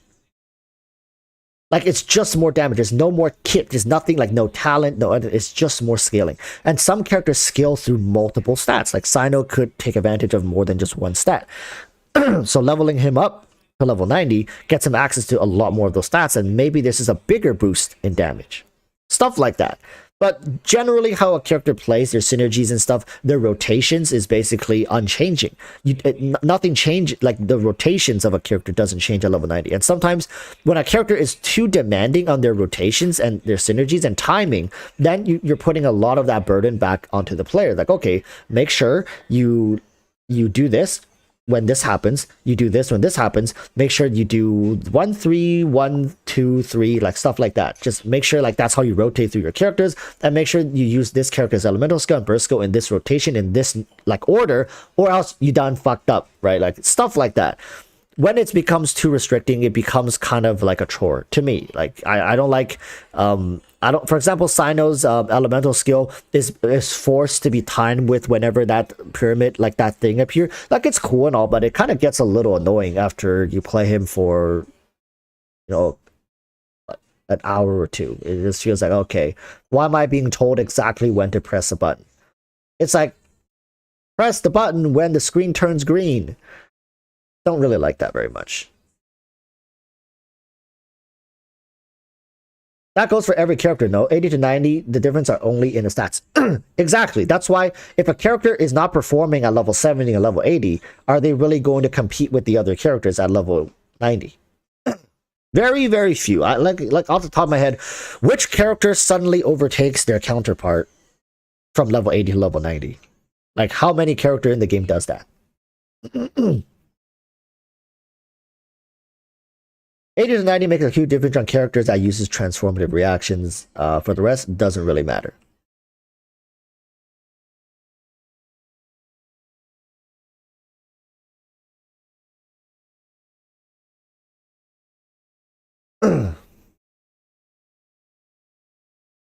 The thing is, you can level Sino more and all in because of his banner placement. Tignari, you'll have second thoughts unless you lost a 50-50. Well, the thing is, Sino, Tignari, they're all in really awkward positions because nobody really wanted to go that hard into these banners because we knew the Dendro Archon was coming up, right? All these characters suffered from the same issue, was that the Dendro Archon was coming, the Dendro Archon was coming. Gotta skip everybody for the Dendro Archon. And then we'll see what the content creators say, like who works the best with the Dendro Archon, and then we'll maybe like find them on their reruns if we enjoy their playstyle. Now, like that's what most smart free-to-plays were probably looking for. So not many people even had the opportunity to pull for these characters and test them. Like, obviously, these characters, damage-wise, they just don't feel as fluid as some of the traditional carries. And I guess they're playing into a different style, right? Like, they're playing a different genre of combat, even at this point, compared to the Liyue carries. Liyue carries were just so damn simple. They salted cocoa butter. Oh my god. Who got it? Marcus Bullock. My man. My man. Congrats. Thank you, salted cocoa butter. Like the Liyue characters are so damn simplified and busted. Yeah, Yelan was a prime example. Yeah, Yelan is also a great example of just broken as Yelan broken ass Liyue characters.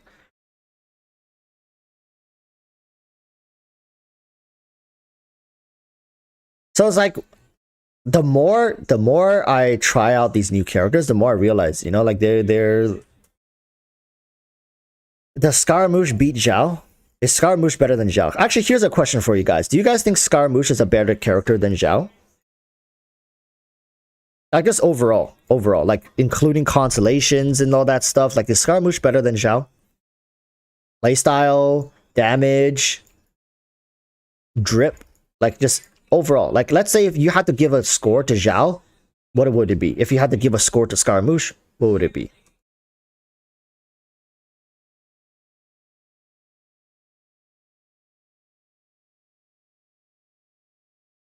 Shukai says, check out my salted cocoa butter channel if you guys are free. That's right. Shukai here has a new YouTube channel. Shukai here has joined the league of content creators.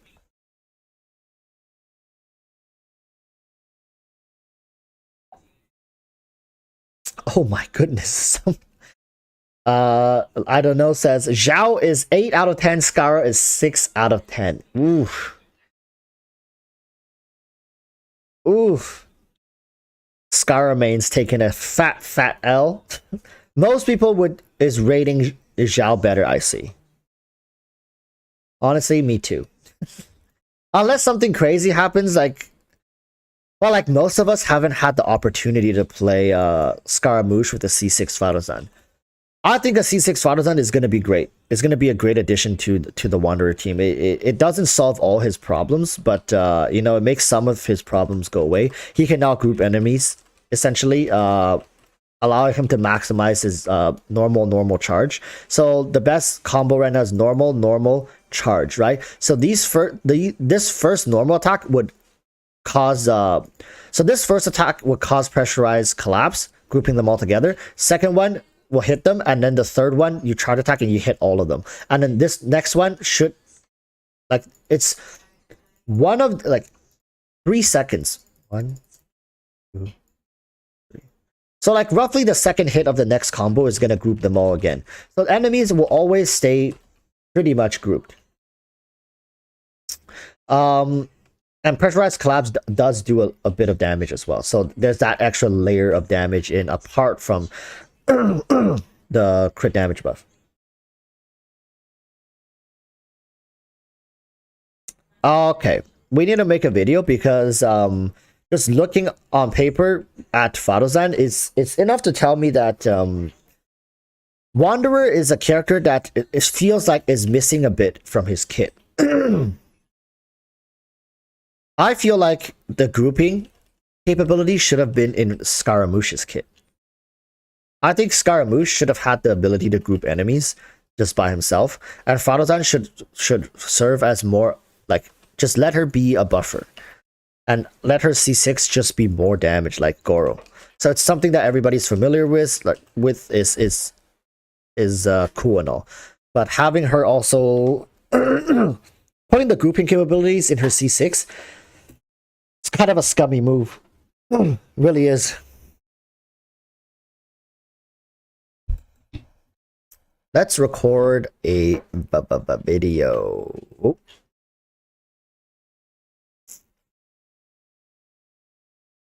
For Faruzan. Okay.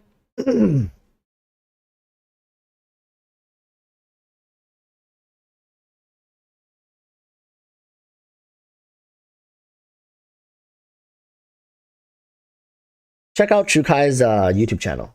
Salted cocoa butter. Show him some support, some love. All right. Let's talk about Faruzan, okay? Let's talk about Faruzan. Or as she would prefer it, Madam Faruzan. Put some respect on her name. Maybe that's why we all failed to get her C6, because we didn't say Madam Faruzan. We didn't put enough respect on her name. Is she centered? I think I screwed up. Why is she so short?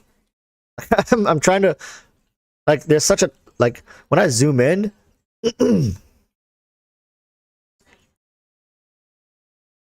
I zoom in, there's such an awkward bit of space above her head. Like, it makes me feel like I'm not, there we go, much better. Like, doesn't that look, doesn't this look much better than having that giant hunk of space above her?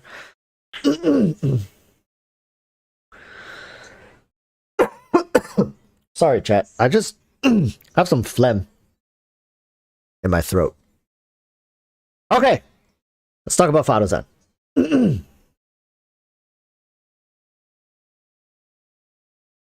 Sup everyone, welcome to another video, and let me just adjust my mic here for Madam Faruzan, right? We were just saying, many people are complaining like, oh, like I pulled over 100 polls and gotten 2 5-stars, but no Faruzan. Or like I got a C0 Faruzan. How am I ever gonna make it to C6 Faruzan? Well, maybe it's because you're not calling her Madam Faruzan. Maybe just put a little bit of touch and love into this character, and she's gonna come to you in droves. I'll be honest, I made the same mistake. I'm sitting at a C0 Faruzan. Not very fun, not very happy. Was I going to go for C6 Faruzan? Probably not. After all, she is a niche unit, but we're here today to talk about Faruzan, who honestly, I feel like, and I get a lot of heat for this, I feel like Faruzan is the deserving star of Genshin 3.3. I think she should have been the 5-star. I already hear, okay, people are typing, all right, clanking those keyboards, like, how dare she? How can you say that? Scaramouche. But let's just evaluate these characters and their kits, like what they bring to the table. When it comes to Scaramouche, amazing overall. I guess he meets the bar. DPS, right? He's a hyper carry, or he's designed to be a hyper carry. He takes up a decent amount of field time, and some of the better teams, or some of the more accessible teams to a lot of people, are just a bunch of supports and then Scaramouche, right? We've have people today that I've seen play Scaramouche, Faruzan, Bennett, and Zhongli. Like, tell me, who the hell on this team is going to be dishing out massive amounts of damage apart from Scaramouche himself? So really, most people are going to be playing Scaramouche as like the sole damage dealer on their team. with exception to some others who are likely going to be running Fischl, maybe running Yelan, maybe running Xingqiu, some of these characters, right? But for the most part, Scaramouche should be the highlight of your team. Should be. So going off of that route, having Faruzan on your team is going to be beneficial, but here's where things get a little crazy, right? Because of the lack of viridescence, you can't swirl a Nemo, right? So Hoyverse had to find a way to give you a character that can shred enemy Anemo resistances, and that was Faruzan. But that was not enough. Simply shredding enemy Anemo resistance was not enough. Why is that? Because Scaramouche himself, like, I'm just gonna come out and say, like, his scaling is questionable, right? Like when fully scaled up, buffed up by Faruzan, this man was standing on Bennett's burst, buffed up by Faruzan, while enemy also had Zhongli Jade Shield resistance, but at that point, like 50% resistance versus 30% resistance is like, yeah, it's like, it's noticeable, is it? But not really. The man was hitting for like 26k with his signature weapon, right? 26k, maybe like 30k. It popped up every now and then. I'm not sure. If you use charge attack, yeah, normal charge, you were getting 30k with the charge attack. So a C0R1 Scaramouche with a C4. Yes, this was a C4 Faruzan. You know, I think that's respectable, but that is not something people would just like have their eyes dropping out, right? Like, people weren't being like, whoa, that is impressive damage, man. Like 26k per auto with 30k per charge attack. That is impressive. Not impressive. Okay? Passable, but not impressive. Zhao, on the other hand, my man with Madame Faruzan was plunging for 65k per. That's AoE. And for the most part, the auto attacks of Scaramouche was single target. Yes, his charge attack was AoE, but that's a far cry from Zhao's AoE, where it's much easier to control Zhao's AoE because you're the epicenter, similar to the case of Venti versus Kazuha. Kazuha has a much better and easier time. Kazuha has a much easier time controlling his CC because he's the epicenter of the CC. Okay, so now let's talk about Faruzan. This character, like, she's the ultimate whale bait of Genshin 3.3. She has been, honestly, the biggest whale bait for a while. Like, I don't even see 6-star character. I don't even see 5-star characters being this baity when it comes to constellations and requirements. Like, for reference, a C4 Faruzan is still a far cry from a C6 Faruzan. C6 Faruzan is such a transformative constellation that it borderlines one of the best C6 in the game for certain characters. Like, if we're talking about niche characters, right? I'm sure 5-star characters such as Yelan, such as Ganyu, we were also talking about this, they still outrank her in terms of value for constellations because those are all purple constellations. Sure, for her, she is just bringing that value to Anemo teams, right? So hopefully that can justify the absurdity in her C6 constellation. If we're to write out on paper what this character does, I think this could help you kind of understand my point a little better. So, just baseline C0 Faruzan, she is already a debuffer for the enemies. She's basically your walking viridescent for Anemo. And she's a buffer for the team. So not only is she a buffer, she's also a debuffer. So she's already fulfilling 2 roles at the same time. Right now, she doesn't fulfill any additional roles, right? Because baseline, that's what she does. Now, as you scale her up in constellations, and you have to go to Constellation 4 for this. Constellation 2 extends her burst duration, but Constellation 4 is where things kind of get a little more exciting. Not crazy yet, but a little more exciting. Constellation 4 allows her to generate more particles, better particles, right? And that's going to be important because as you move into C6, suddenly everything changes, right? Well, not everything. She's still a great buffer. She becomes an even better buffer. That extra 40% crit damage is insane. But then here comes the kicker. C6 adds the fact that every 3 seconds, as long as the character on field is affected by her burst skills buffs, which basically says all Anemo characters and Anemo damage, and they have to be dealing Anemo damage, she basically causes a pressurized collapse. If you guys don't know what that is when after you use her elemental skill, you fire off a charged arrow, and then there's this like a mini suction. It's like a small Kazuha E, kind of like a small Kazuha press E. Happens in that area, and that happens every 3 seconds as long as you're dishing out a Nemo damage and her burst is up. Sure, there are conditions, but allow me to highlight this. Her burst, starting from C2, right? If you get her to C2, her burst goes from 12 seconds to 18 seconds with a 20-second cooldown. And her C6, remember, the pressurized collapse, has a 3-second cooldown interval. So during her burst, the 18 seconds that you get when her burst is up, you can use pressurized collapse 6 times. Let's just reduce it to 5 times, because let's be honest, most of you guys are running this game at 20 frames per second on your 6-year-old mobile phones with 300 ping. All right, that's just how most Genshin players are. So let's just say 5 times. You're going to be able to use it 5 times, and then it goes on cooldown for 2 seconds and it's back. If you're building her properly, you should be building her for perfect uptime burst skills, which probably requires her to have around 220, 230 energy recharge running a fab weapon. But here's the cool thing about her, right? Once her C6 is up, it generates particles. It pulls enemies together. It gives you a huge freaking buff. She's also a debuffer. And because of pressurized collapse, she's now able to deal some levels of off-field damage as well. Like, this character went from C0 being just your typical buffer and debuffer, to C4 being a battery, to C6 being a off-field support DPS as well as CC, while being a buffer and being a debuffer.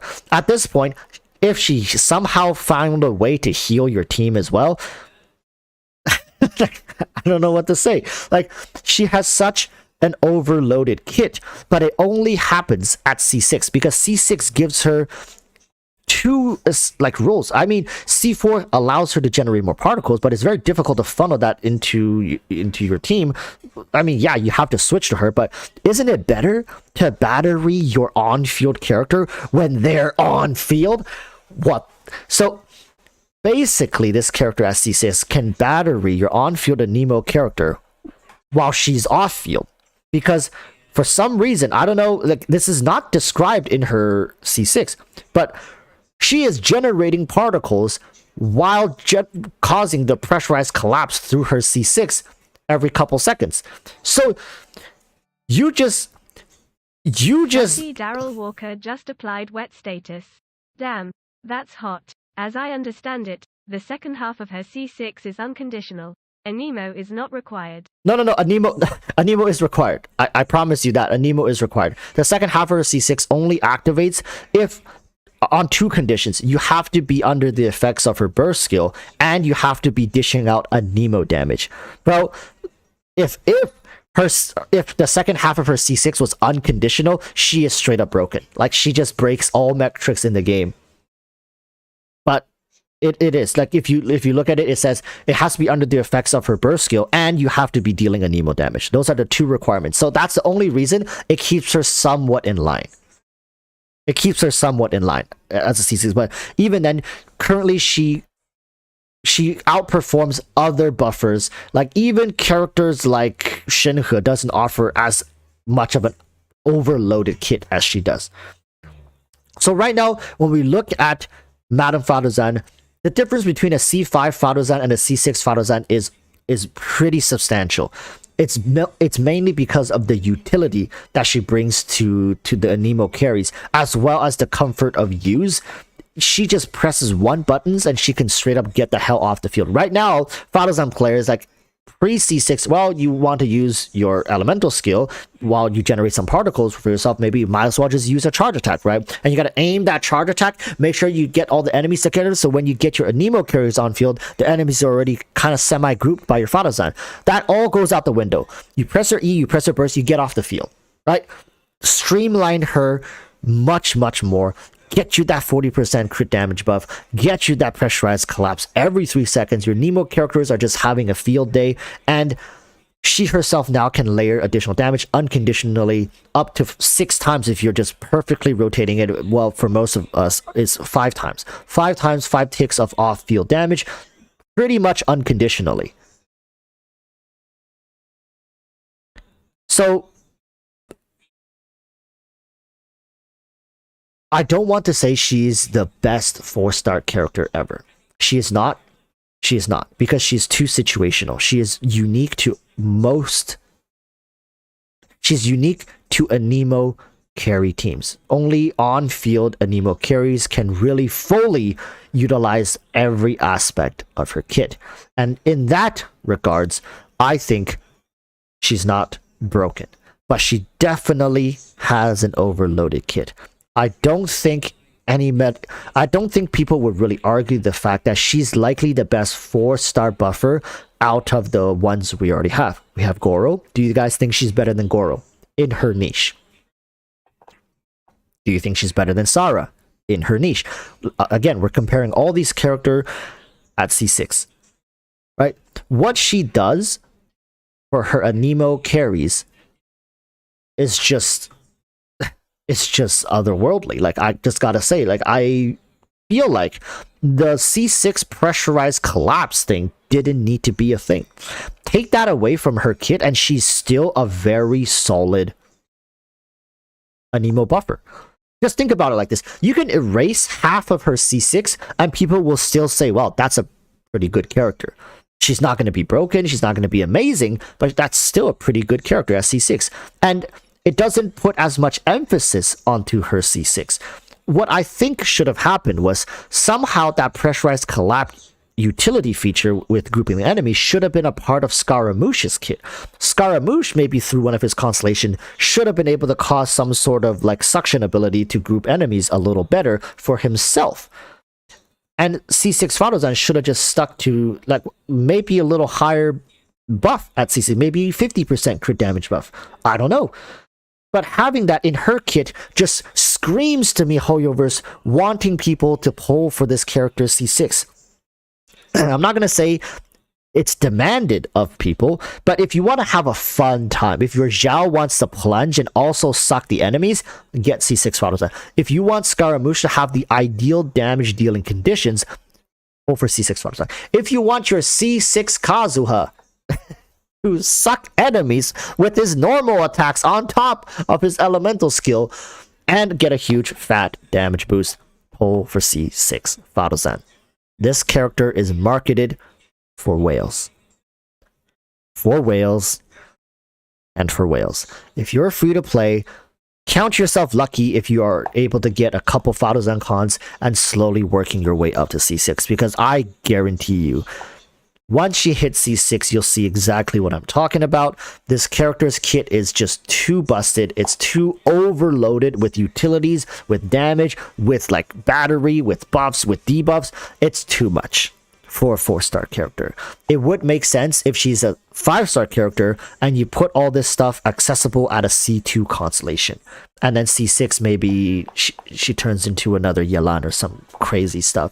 But honestly, if you want to talk value, one of the best C6s in terms of 4-star characters and an invaluable addition for Anemo hyper carry teams. I hope everybody's slowly able to work their way up to C6 and is able to enjoy what I'm basically trying to describe as the second coming of Christ in terms of Genshin Impact. But really, don't let this blow it out of proportion. She's still a niche character, strictly used in Anemo hyper carry teams. Not hyper carry, Anemo DPS teams, right? That makes sense.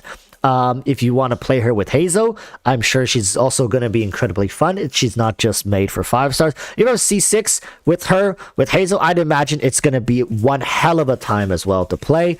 All Anemo carries or all Anemo damage dealers would love to have this character on their team, especially at C6. I mean, mostly at C6, right? So, but before she hits C6, she's just a pretty decent character. C4, she's alright. C0, she's okay. Like, she's nothing to write home about if you know what I mean, at C0 or C2 or C4. She's good. But once she turns C6, immediately she just flips a switch and goes God mode. All right? So, with all that said, thank you guys so much for watching. I hope you guys have been enjoying 3.3, the TCG, and got excited for Alhaitham coming 3.4. I know we're already talking about the next patch when this patch barely, like, has it even been a week? I don't know. But listen, people, don't get baited by Fadozan. If you can't get C6 Fadozan, just get whatever you can. Don't be like, I'm gonna spend like 200 pulls for Fadozan, and then you get stuck at C5 and have to pull out your wallet. That's how Hoyoverse gets you, right? That's how they want. That's exactly where Hoyoverse wants you. They want you stuck at a C5 Fadozan and have the hopium dream that your next 10 pull is gonna get that C6. It's not worth it. 4-star characters likely will be added to the permanent banners, so you might even get spoofed by her somewhat down the line while pulling for someone else that you are completely oblivious of. It just happens naturally. Don't force it if you can't back it up with your wallet. But I'm just saying, if you have the pleasures of playing a C6 Fadozan with any Anemo carry, you're having a good time. All right? That's all I'm going to say. Thank you so much for supporting this chat. All right, this message was sponsored to you also by chat above. We're all having a good time. The ones who have C6 Fadozan, that is. Until next time, urge y'all to stay safe. Peace, peace. Bye. What a character. What a character, Hoyoverse. You disgusting, disgusting animals.